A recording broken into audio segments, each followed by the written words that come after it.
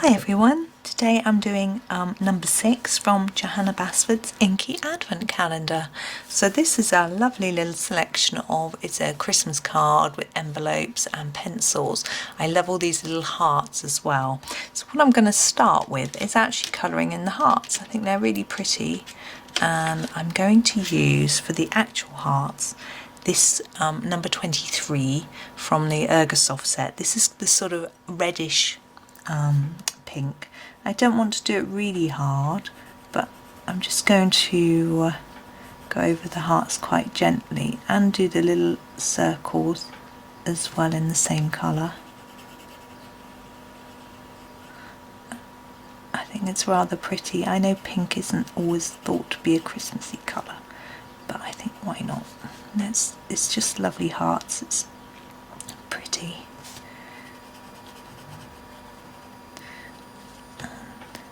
Maybe it's a heart tablecloth, or maybe it's just hearts because of the love from writing lovely cards. There we go.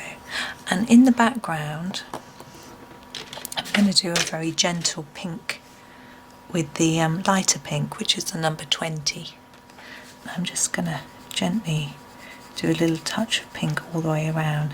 Now I'm holding my pencil on the side slightly, I don't know if you can see, and I'm just gently massaging the paper so that just the smallest amount of pink comes off. I want it almost to look like I've just used a bit of pink pastel or something, but on something this small it's easier to use a pencil. Now I can go over the top of the pink that I've coloured already, but I don't want to go over the top of the bits that I haven't coloured. Now part of the reason I'm doing a background on this one is because we've got these envelopes, and envelopes are usually white, so I'm not necessarily going to colour in the envelopes. I haven't quite thought it all through yet.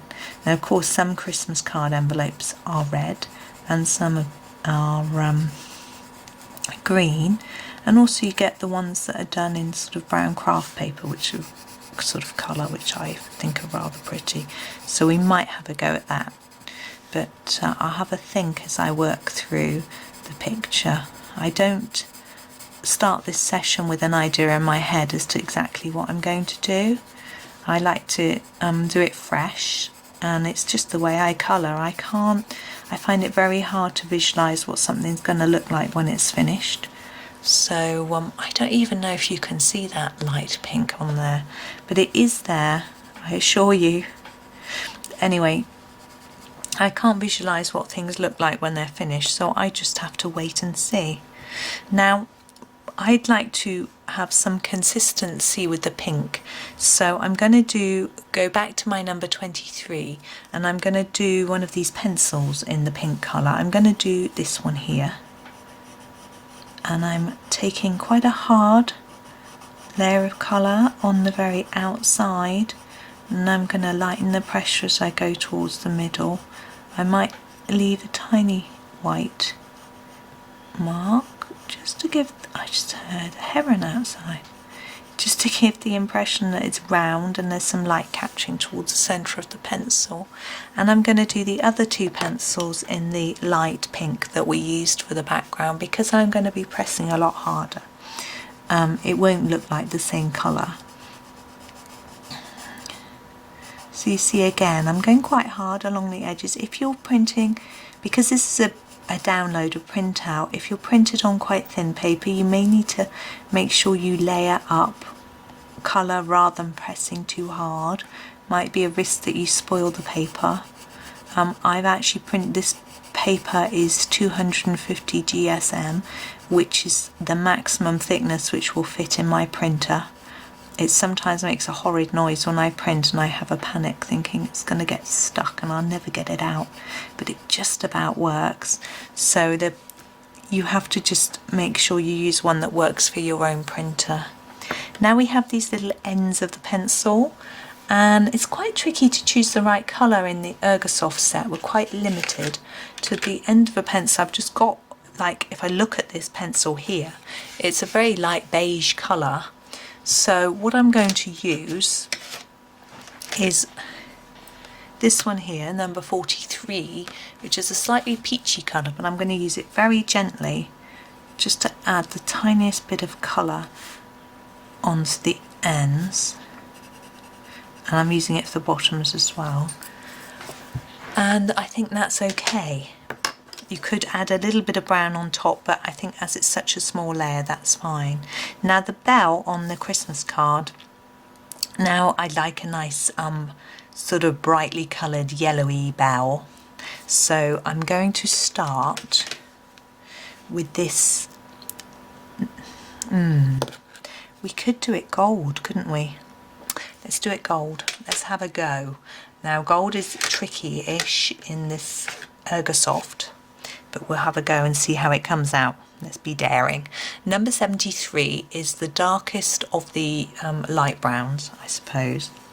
And I'm going to start off with a little layer along here, and it's very light. I'm not pressing too hard. I just want to sort of emphasize the shadow under the ribbon and the shape of the bell. Under here, where there's going to be more shadow, I should do it a little bit harder. But you can see what I'm trying to do is do a harder edge along here and then gently reducing the pressure here so there's less. Okay, and then we're going to go in with the number 16, which is the very goldy yellow. I tend to use this for gold a lot if I have a small space and I'm not making a gold colour and I just want something gold. So what I'm going to do is go over the top of what I've done already quite hard and quite a lot of layers, and then lighten up the layers as I come towards the centre of the bell. Now not only will that help us to create some shine as we progress through the colours here, but it will hopefully, as I break the end of my pencil, it shoots halfway across the room. It's quite funny. Pity you didn't catch it. We also want to create some shape in the bell because it's rounded, it's not flat. Now again, I'm going over the top of what's there already. Now with this, what do you call it, a clapper I suppose, I'm just going to do a little layer here and not too much because I want that to stand out. And then I'm going to move across to our yellows, and I'm going to use the number 1.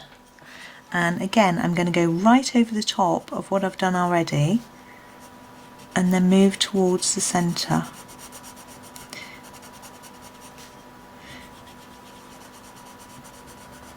Of the bell. And I don't go too far in because we need to leave some white in the middle. And the same here. And down here, I want to leave some white just at the bottom.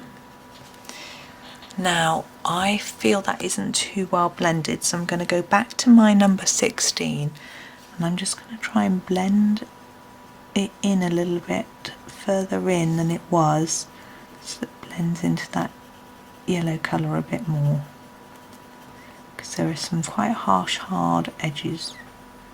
I just want to blend through. And then I'm going to go back to this yellow, back over the top, blending it through again. Now I have left a white line down the centre on purpose so that it looks like it's catching the light. So try not to go over the top of that if you can help it. There we go, that's our bell. Now we've got this piece here on the top, which I'm also going to excuse me, colour in as well. So we're going to go for, I can't remember what colour we used, I put it away, number 73, I hope that's right. A bit of that at the bottom, going way out of the lines. I wouldn't recommend you go out of the lines like I did.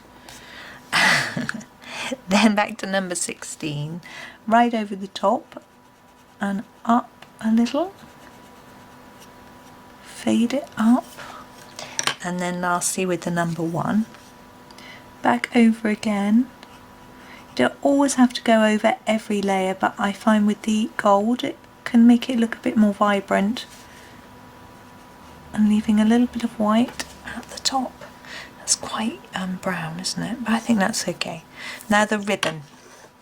It's tempting to do it one of these pink colours because we've got this lovely pink, but I think that we've probably got enough pink.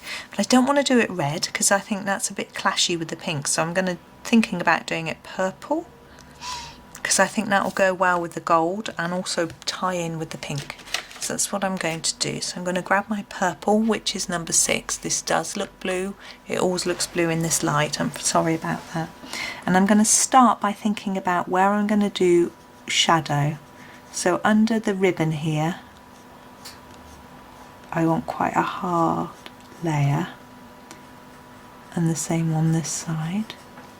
And then down here where there's shadow under here, and I'm going to just gently fade that down by reducing the pressure on the layers.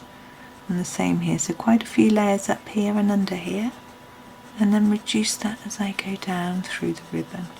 Now we're going to use our lilac to finish this off. So here, dark here where it be pushed in towards the knot, and then less here, but also there might be a little bit of dark along here as well. So a darker here, fade it out, and then dark here and less. And here I'm thinking it might be darker at the bottom than the top.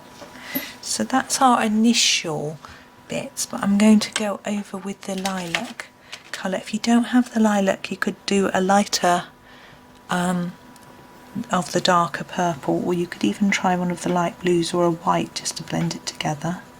So I'm just going to take the colour down to the bottom so that it looks more blended,